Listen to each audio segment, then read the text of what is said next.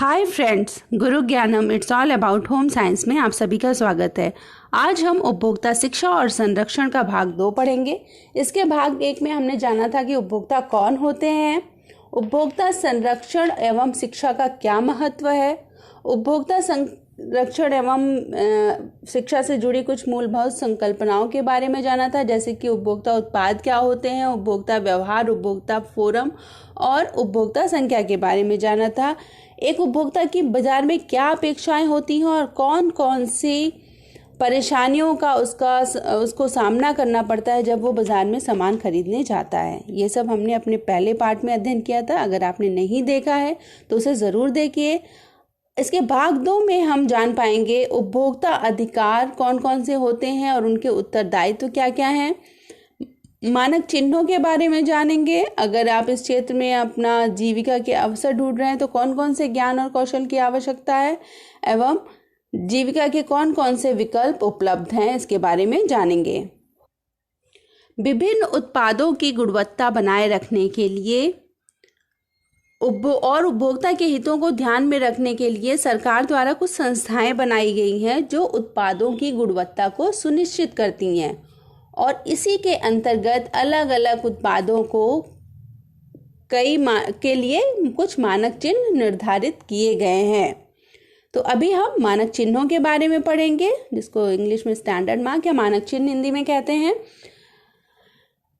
मानक चिन्ह, इसको एस मार्क या SM के रूप में भी जाना जाता है, जो प्रासंगिक मानकों का अनुपालन करने वाले सभी स्थानीय रूप से निर्मित वस्तुओं पर गुणवत्ता का अनिवार्य चिन्ह है। यानी कि कोई वस्तु जो भारत में निर्मित हो रही है उस पर गुणवत्ता का ये चिन्ह लगना ज़रूरी होता है। अलग अलग उत्पादों पे अलग अलग चिन्ह लगते हैं। उपभोक्ताओं को उत्पाद की गुणवत्ता, शुद्धता सुनिश्चित करने के लिए मानकीकरण चिन्ह वाले उत्पादकों को ही खरीदना चाहिए। कई बार होता है कि थोड़ा सा लाभ के चक्कर में या अज्ञानता के कारण हम बिना मानक चिन्ह देखे ही सामान ले आते हैं और वो खराब निकल जाता है। तो इससे बचने के लिए हमें ये कोशिश करनी चाहिए कि हमेशा हम मानक चिन्ह देखकर ही सामान खरीदें। उपभोक्ता के लिए विभिन्न मानक चिन्हों और उनके तहत आने वाले उत्पादों के बारे में जानना बहुत ज़रूरी है। हम एक उपभोक्ता के रूप में हमें ये पता होना चाहिए कि कौन से उत्पाद पे कौन सा मानक चिन्ह लगता है। क्या लाभ है मानक चिन्ह के? गुणवत्ता प्राप्त करने के लिए मानकीकरण एक अनिवार्य है या आवश्यक है, क्योंकि जैसे ही मानक चिन्ह लगा है किसी पदार्थ के ऊपर हम आश्वस्त हो जाते हैं कि वो पूर्ण रूप से सुरक्षित है, क्योंकि उसकी गुणवत्ता जांच ली गई है। उत्पादों के मानकीकरण का अर्थ है उपभोक्ताओं को उपमानकों और वस्तुओं के विभिन्न मानकों से बचाना जो उपभोक्ताओं के स्वास्थ्य और सुरक्षा को प्रभावित करते हैं। बड़े पैमाने पर खपत के उत्पाद के लिए मानकीकरण चिन्ह की आवश्यकता होती है। तो यहाँ पर आप विभिन्न प्रकार के मानक चिन्ह देख पा रहे होंगे, जैसे ISI मार्क है, FPO सिल्क मार्क है, वुल मार्क है, एग मार्क है। इन सब के बारे में हम अभी आगे इस वीडियो में डिटेल में जानेंगे। सबसे पहले आता है FSSAI चिन्ह। ये चिन्ह भारतीय खाद्य सुरक्षा एवं मानक प्राधिकरण, भारत सरकार के स्वास्थ्य एवं परिवार कल्याण मंत्रालय के तहत स्थापित एक स्वायत्त निकाय है और FSSAI की स्थापना खाद्य सुरक्षा और मानक अधिनियम 2006 के तहत की गई है, जो भारत में खाद्य सुरक्षा और नियमन से संबंधित एक मजबूत कानून है। इसका क्षेत्र है इस मानक चिन्ह का खाद्य सुरक्षा और क्षेत्राधिकार है। भारत में ये मानक चिन्ह लगाया जाता है। इसका मुख्यालय नई दिल्ली में स्थापित है और इसकी जो मूल एजेंसी है वो है स्वास्थ्य एवं परिवार कल्याण मंत्रालय, भारत सरकार। जो FSSAI मार्क है इसका उन पदार्थों पर लगता है जिनका निर्माण, भंडारण, वितरण, बिक्री, आयात किया जाता है और इसके अंतर्गत FSSAI चिन्ह के साथ एक नंबर दिया गया होगा, लाइसेंस नंबर। यहाँ पे लाइसेंस नंबर लिखा हुआ होता है जो ये दर्शाता है कि ये पदार्थ पर FSSAI मार्क लगा है और उसके साथ उसका लाइसेंस नंबर भी दिया गया है। फिर दूसरा मार्क आता है ISI मार्क। ये ब्यूरो ऑफ इंडियन स्टैंडर्ड, भारतीय मानक ब्यूरो द्वारा दिया जाता है। उत्पाद श्रेणी आती, जितने भी औद्योगिक उत्पाद हैं इसके अंतर्गत आते हैं और भारतीय मानक संस्था है तो भारतीय उत्पादों पर लगाया जाता है। लगभग 90 से अधिक उत्पादों के लिए ये अनिवार्य है और दूसरों के लिए एडवाइजरी है, सलाह दी जाती है कि दूसरे उत्पादों पर भी लगाया जाए। ये 1955 से प्रभावित है भारत में। ये मार्क जो है ISI मार्क, ये अनिवार्य भी है और स्वैच्छिक दोनों है। कुछ अनिवार्य पदार्थ जिसमें ISI मार्क लगता है, प्रमाणन चिन्ह लगता है, उसमें आता है सीमेंट, बिजली के उपकरण, LPG सिलेंडर, बैटरी, तेल, स्टोव, ऑटोमोबाइल, चिकित्सा उपकरण, इस्पात उत्पाद, स्टेनलेस स्टील उत्पादों पर लगते हैं, रसायनों पर लगते हैं, उर्वरक पर, शिशु खाद्य पदार्थों पर लगते हैं और डिब्बाबंद पेयजल भी इसमें शामिल है। तो ये खाद्य पदार्थ जैसे नमक, बिस्कुट, पाउडर, दूध, कॉफ़ी, कस्टर्ड पाउडर पे भी लगाए जाते हैं कुछ, और विद्युत उपकरण पे आप सभी जानते हैं उस पे भी लगाए जाते हैं। इसके अलावा कुछ घरेलू उपकरण हैं जैसे प्रेशर कुकर, गैस का चूल्हा, इस पे भी लगाए जाते हैं। अगला मार्क है egg mark. Egg mark AG mark के नाम से भी प्रसिद्ध है। ये कृषि उत्पादों के लिए एक नियोजित प्रमाणन चिन्ह है जो ये आश्वस्त करता है कि विपणन के दौरान और निरीक्षण के दौरान सभी मानकों के अनुसार ही, उसके अनुरूप ही ये पदार्थ बना हुआ है। तो जितने भी कृषि उत्पाद हैं उन पर लगाया जाता है और विपणन एवं निरीक्षण निदेशालय भारत सरकार द्वारा दिया जाता है ये चिन्ह। इसका प्रभावी क्षेत्र भारत है और 1937 से ये प्रभावी था और इसमें 1986 में संशोधन किया गया। ये सलाह दी जाती है लगाने की, कंपलसरी अभी नहीं है। कौन कौन से उत्पादों पर लगता है? दालों पे लगता है, जितने साबुत मसाले होते हैं, पिसे मसाले, वनस्पति तेल, गेहूं के उत्पाद, दूध के उत्पाद, शहद, चावल, साबूदाना, बीज रहित इमली पर और बेसन पर भी ये लगाया जाता है। फिर एक और मार्क है FPO mark. FPO mark Bharat में बेचे जाने वाले सभी प्रसंस्कृत फूड उत्पादों पर, फल उत्पादों पर लगाया जाता है। उसके लिए एक प्रमाणन चिन्ह है। जैसे पैकेज्ड फ्रूट या फलों के उत्पाद हैं उन पर लगाया जाता है, जैम, जेली, अचारों, इन पर लगाया जाता है और 2006 के खाद्य सुरक्षा एवं मानक अधिनियम का ये पालन करता है। प्रसंस्कृत यानी प्रोसेस्ड फूड पर लगाया जाता है, 2006 से अनिवार्य हो गया है ये। और ये मार्क खाद्य प्रसंस्करण उद्योग मंत्रालय द्वारा दिया जाता है। फल उत्पादों के आदेश हैं इसका और अनिवार्य है। 1955 से ये प्रभावी है मार्क। लेकिन अब ज़्यादातर FPO की जगह इन पदार्थों पर FSSAI मार्क भी दिखता है। तो ज़रूरी नहीं है आपको FPO मार्क बाज़ार में के इन प्रोसेस्ड फूड पर दिखे। फिर उसके बाद आता है वुल मार्क। वुल मार्क नाम से ही आपको समझ में आ गया होगा। वूल की यानी ऊन की शुद्धता को दर्शाने वाला मार्क है। ये वुल मार्क कंपनी द्वारा निर्धारित गुणवत्ता पूरी करने वाले शुद्ध ऊन पर दिया जाता है और यह वुल मार्क कंपनी के स्वामित्व वाला एक ट्रेड मार्क है। आप यहाँ देख पा रहे होंगे जो 2007 में ऑस्ट्रेलियन वूल इनोवेशन लिमिटेड की सहायक कंपनी रही है, उसके द्वारा दिया जाता है। ये पूरा वुल मार्क का ये सिंबल यहाँ पर बना हुआ है। ये दर्शाता है कि ये प्योर वूल से बना हुआ सामान है। दूसरा मार्क है सिल्क मार्क। सिल्क मार्क रेशम के वस्त्रों के लिए भारत में एक प्रमाणन चिन्ह है जो ये बताता है कि जो भी पदार्थ पर ये सिल्क मार्क लगा हुआ है, यहाँ आप देख पा रहे होंगे, वो शुद्ध सिल्क से बना हुआ है, वो प्योर सिल्क है, उसमें कोई मिलावट नहीं की गई है। और ये silk mark organisation of India द्वारा दिया जाता है जो भारतीय राज्य नियंत्रित केंद्रीय रेशम बोर्ड द्वारा स्थापित एक समाज है। प्रमाणित agency silk mark organisation of India है और जितने भी सिल्क के टेक्सटाइल प्रोडक्ट हैं उन पर ये लगाया जाता है। अगला मार्क है BIS हॉलमार्क। आपने कई बार हॉलमार्क का ऐड देखा होगा, टीवी में सुना भी होगा। हॉलमार्क ये भारतीय मानक ब्यूरो द्वारा दिया जाता है और मान्यता प्राप्त परख और हॉलमार्किंग सेंटर इसकी प्रमाणित एजेंसी है। प्रभावी क्षेत्र भारत है। जितने भी सोने के आभूषण हैं और चांदी के आभूषण हैं उन पर ये मार्क लगाया जाता है। बेसिकली सोने के आभूषण पे 2000 से और चांदी के आभूषणों पर ईयर 2005 से लगाया जा रहा है। उत्पाद श्रेणी तो आपको पता ही चल गई, सोने और चांदी के उत्पाद है। अभी तक ये अनिवार्य नहीं है, लेकिन हॉलमार्क लगे होने का मतलब है कि जो भी सोना या चांदी का सामान है वो शुद्ध है। इसका जो ये इसमें मार्क लगे होते हैं, आप यहाँ देख पा रहे होंगे, कई 5 मार्क हैं टोटल। बहुत छोटे छोटे ये मार्क्स होते हैं, कई बार हम अपनी आंखों से देख भी नहीं पाते हैं इसको। इस पर एक संख्या लिखी हुई कई बार आपने देखा होगा, ये निशान देखा होगा। ये जो निशान है ये लोगो है ब्यूरो ऑफ इंडियन स्टैंडर्ड का, भारतीय मानक संस्था का है। उसके बाद इस पे एक नंबर लिखा होगा, जैसे यहाँ पर 916 आपको नज़र आ रहा है। ये बताता है कि सोना कितना शुद्ध है। जैसे 22 कैरेट के सोने के लिए 916 और 18 कैरेट सोने की शुद्धता की संख्या है 750। फिर इसका ये मार्क है कौन से सेंटर से लगाया हुआ है वो मार्क दिखाता है।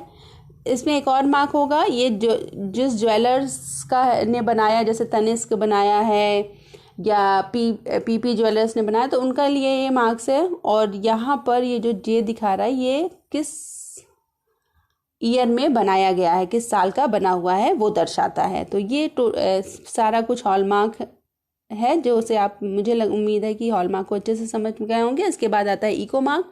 इको मार्क नाम से क्लियर है। इको मार्क जो है वो भारतीय मानक ब्यूरो द्वारा पारिस्थितिकी तंत्र पर कम से कम प्रभाव के उद्देश्य से मानक के एक सेट के रूप में अनुरूप उत्पादों के लिए जारी किया गया प्रमाणन चिन्ह, यानी ऐसे पदार्थों पर लगाया जाता है ये चिन्ह जो पर्यावरण को कम से कम या नुकसान नहीं पहुंचाते हैं। भारतीय मानक ब्यूरो द्वारा लगाया जाता है। 1991 से प्रभावी है, भारत में ही प्रभावी है ये। और ये एडवाइस दी जाती है कि ये चिन्ह लगाया जाए, सलाहकार चिन्ह है, अनिवार्य नहीं है।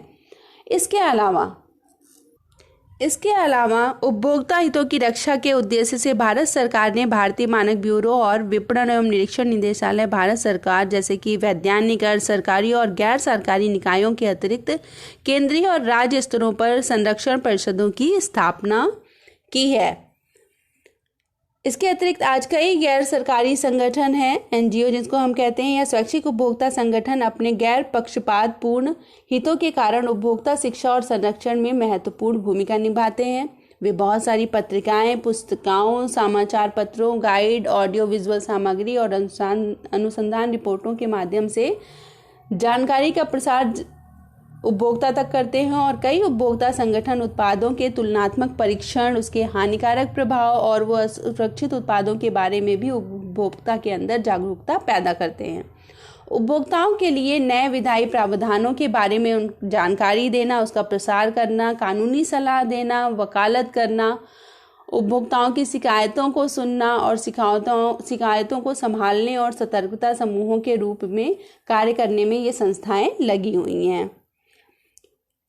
ये जो संस्थाएं हैं ये सार्वजनिक बैठक आयोजित करती हैं, पुस्तकालय और प्रलेखन केंद्र भी हैं इसके, और उपभोक्ता जागरूकता और सशक्तिकरण एवं उपभोक्ता आंदोलन में एक महत्वपूर्ण भूमिका निभाती हैं। भारत में हमारे आसपास के कई उपभोक्ता संगठन हैं जो उपभोक्ता के हितों में प्रकाशन को सामने लाते हैं। दिल्ली स्थित उपभोक्ता संगठन है वायस, जिसे कंज्यूमर वायस एक संपत्र निकालता है। अहमदाबाद में CIRC इनसाइट के नाम से वो सामने लाता है उपभोक्ता के लिए पत्र।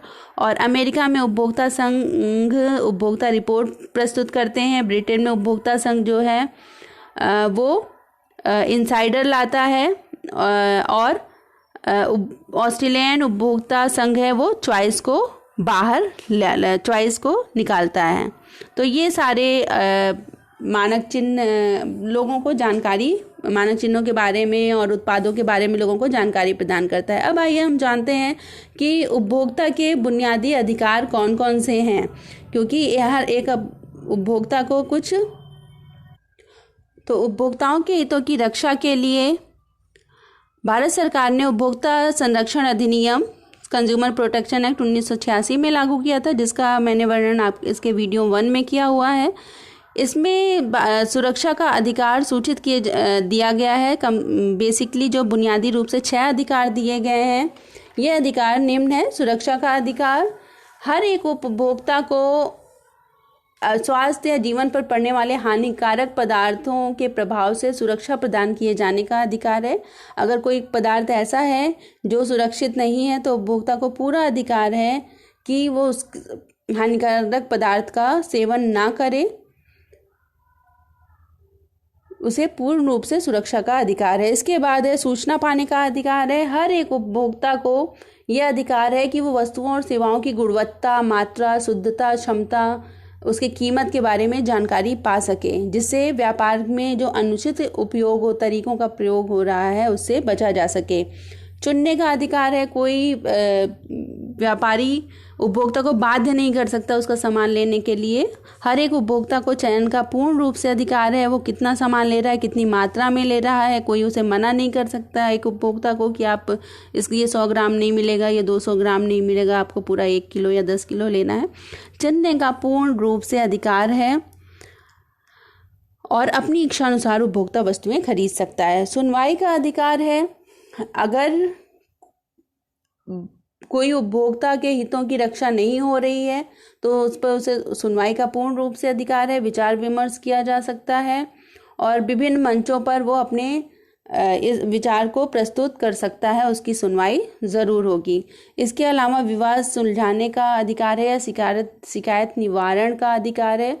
इस अधिकार के अंतर्गत प्रत्येक उपभोक्ता को व्यापार के अनुचित तरीकों और उत्पाद निर्माता या सेवा प्रदाता के बारे में जो भी उसका शोषण हो रहा है उससे निपटने का पूरा अधिकार है। वो पूरी तरह से विवाद को सुलझाया जा सके। और उपभोक्ता शिक्षा का अधिकार है। हर एक कंज्यूमर का, हर एक उपभोक्ता का ये अधिकार है कि वो किसी भी उपभोक्ता होने के नाते उसे किसी भी प्रोडक्ट का पर्याप्त ज्ञान होना चाहिए। उसके अंदर कौशल अर्जित करने का अधिकार है, जिससे वो वस्तुओं को खरीदते समय, सेवाओं को प्राप्त करते समय सही एवं विवेकपूर्ण निर्णय ले सके। तो ये सभी हो गए उपभोक्ता के अधिकार। इसके अलावा उपभोक्ता की कुछ जिम्मेदारियां भी बनती हैं। एक उपभोक्ता होने के नाते वो जिम्मेदारियां कौन कौन सी हैं, आइए इस पे चर्चा करते हैं। हर एक उपभोक्ता की एक जिम्मेदारी है कि वो गुणवत्ता के प्रति जागरूक रहे। हमेशा मानक चिन्ह देखकर ही सामान खरीदे, पैकेज्ड सामान ही खरीदे, पैक किया हुआ सामान खरीदे जिस पे मानक चिन्ह लगा हो। इसके अलावा लेन देन का प्रमाण एकत्र करें। जो भी बिल हैं ओरिजिनल बिल ले। ये ना सोचे कि बिना बिल के वो 1-2-4 रुपए सस्ता मिल रहा है तो हम बिना बिल के ले लें। वास्तविक शिकायतों के लिए शिकायत करें। अगर कभी भी कोई चीज़ की कंप्लेन है तो उस चीज़ की शिकायत वो ज़रूर करें। उत्पाद या सेवाओं का उचित रूप से उपयोग करें वो उपभोक्ता। और उपभोक्ता को अपने अधिकारों के बारे में भी पता होना चाहिए, जिससे ज़रूरत पड़ने पर वो उसकी सुनवाई के लिए आगे बढ़ सके। अगर उसे कोई भी चीज़ से असुरक्षा लगती है, किसी भी प्रोडक्ट से या कोई हानि हुई है तो आगे सुनवाई के लिए वो जा सकता है। भ्रामक विज्ञापन से सावधान रहना है। जो चीज़ें बहुत आकर्षक विज्ञापन देती हैं वो कई बार जो है वो हितकारी नहीं होती हैं, तो ऐसे विज्ञापनों से सावधान रहें। और चयन करने से पहले विभिन्न प्रकारों के सामान का निरीक्षण करने की जिम्मेदारी उनकी है। अगर निरीक्षण करके नहीं लेते हैं, मानक चिन्ह देखकर नहीं लेते हैं, तो ऐसे खाद्य पदार्थों की, ऐसे उपकरणों की, ऐसे पदार्थों की सुरक्षा की कोई जिम्मेदारी किसी की नहीं होती है। और हमेशा जो भी लेन देन करें उसका प्रमाण अपने पास ज़रूर रखें। अब आता है कि अगर आप इस क्षेत्र में जीविका के अवसर चुन रहे हैं तो कौन कौन से आवश्यक कौशल आपके पास होने चाहिए। इस क्षेत्र में सफल होने के लिए उपभोक्ता संरक्षण तंत्र और निवारण एजेंसियों के बारे में संपूर्ण ज्ञान होना चाहिए। अच्छा संवादक होना चाहिए। पारस्परिक कौशल, सहानुभूति की समझ होनी चाहिए और एक अच्छा श्रोता होने का गुण होने चाहिए। कार्यक्रमों, विज्ञापनों, वार्ता आदि के विकास में रचनात्मक होना ज़रूरी है। उपभोक्ता जागरूक होना ज़रूरी है। उपभोक्ता शिक्षा के लिए शैक्षिक सामग्री विकसित करने के लिए लेखन का कौशल होना चाहिए। उपभोक्ता उत्पादों के लिए उपभोक्ता परीक्षण की रिपोर्टिंग करनी आनी चाहिए और बड़े पैमाने पर साथी उपभोक्ताओं और जनता की मदद करने की इच्छा होनी चाहिए। और इसके लिए आप स्नातक करके परास्नातक कर सकते हैं। जैसे कि आप बीएससी गृह विज्ञान की डिग्री ले सकते हैं, बीबीए की डिग्री ले सकते हैं इसके लिए। और उपभोक्ता शिक्षा, उपभोक्ता व्यवहार, बाजार में उपभोक्ता जैसे विभिन्न नामों से जाने जाने वाले ऐसे विषय हैं जिनके बारे में जिनमें डिप्लोमा वगैरह होते हैं, इसका चयन कर सकते हैं। अगर आप इसमें जीविका के अवसर को ढूंढ रहे हैं तो बहुत सारे अवसर आपके लिए उपलब्ध हैं। जैसे विभिन्न निर्णय लेने वाले प्रबंधकीय और तकनीय पदों पर भारतीय मानक ब्यूरो के जो तकनीकी पद होते हैं, विपणन निरीक्षण निदेशालय, इनके तकनीकी पदों पर आप जा सकते हैं, इन पे काम कर सकते हैं। उत्पाद परीक्षण, उपभोक्ता जागरूकता पैदा करने, उपभोक्ता शिक्षा या सशक्तिकरण, उनकी पत्रिका का प्रकाशन आदि में स्वैच्छिक उपभोक्ता संगठनों में आप बहुत सारे कार्य आपके लिए उपलब्ध है, वहाँ आप काम कर सकते हैं। कॉरपोरेट घराने के उपभोक्ता प्रभाग में काम करना है तो वहाँ कर सकते हैं, जो उपभोक्ताओं की शिकायत और उपभोक्ता सुझावों से निपटते हैं। या ग्राहक संबंध प्रबंधन या ग्राहक सुविधा प्रभाग में ग्राहक डेटा अधिकारी बन सकते हैं और उन पे जो व्यक्तिगत आधार पर उनसे निपटने के लिए तैयारी कर सकते हैं। उपभोक्ता व्यवहार, उत्पाद पहुँच, नए उत्पादों की उपभोक्ता स्वीकृति, उपभोक्ता प्रतिक्रिया और सुझावों के क्षेत्रों में, बाजार अनुसंधान के क्षेत्रों में आप कार्य कर सकते हैं। जितने भी इस पूरे अध्याय में जितने भी मुद्दों पर चर्चा की गई है उनसे निपटने के लिए आप स्वयं का उपभोक्ता संगठन की स्थापना कर सकते हैं और उपभोक्ता परामर्श करने के लिए राष्ट्रीय उपभोक्ता हेल्पलाइन में कार्य कर सकते हैं, जिससे लोगों को उनकी शिकायतों का समाधान करने में मदद मिल सके। या उपभोक्ता क्लबों में सलाहकार के रूप में कार्य कर सकते हैं। ये सभी जीविका के अवसर उपलब्ध हैं। इसके अलावा कुछ और विशेष प्रशिक्षण और अनुभव के आधार पर व्यक्ति बीमा, शेयर और वित्तीय पोर्टफोलियो प्रबंधन से संबंधित क्षेत्रों में भी जीविका के अवसर चुन सकता है और उत्कृष्ट लेखन में का कौशल होने पे वो लेखन संबंधी कार्य कर सकता है, अखबार या पत्रिकाओं में भी लिख सकता है।